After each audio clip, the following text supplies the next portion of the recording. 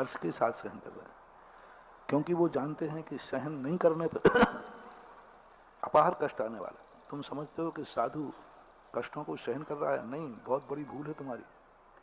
यदि मैं ये कष्ट सहन नहीं करूंगा तो आगे आने वाला जो कष्ट है वो असहनीय होगा, इसलिए ये कष्ट सहन कर रहे हैं।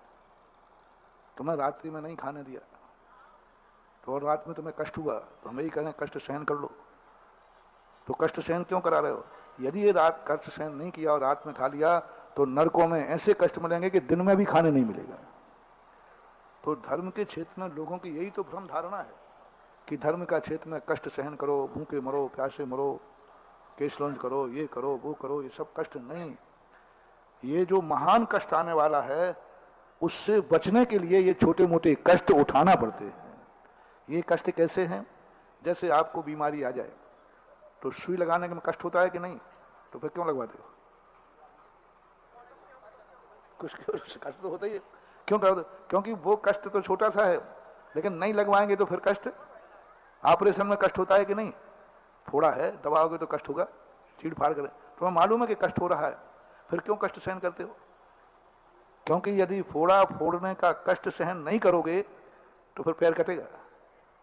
तो अपन समझ रहे हैं कि फोड़ा फोड़ने में कष्ट हो रहा है, कष्ट नहीं हो रहा है, महाकष्ट को न आ जाए उससे बचने का ये उपाय है। ऐसा ही जो त्यागी वृत्ति धर्म क्षेत्र में कष्ट सहन करते हैं, ये कष्ट सहन नहीं कर रहे, आप ऐसा सोचने व्यर्थ है।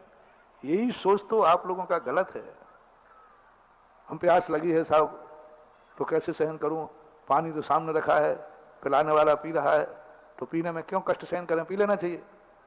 खाने वाला खिला रहा है तो खा लेना चाहिए। नहीं, कष्ट जो सहन कर रहे हैं भूख प्यास का, यह हमें महाकष्टों से बचाएगा।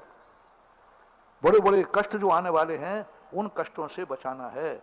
और जो महाकष्टों से बचने के लिए जो कष्ट उठाया जाता है उसे कष्ट नहीं कहते हैं, वो तो कष्ट से बचने का उपाय कहलाता है।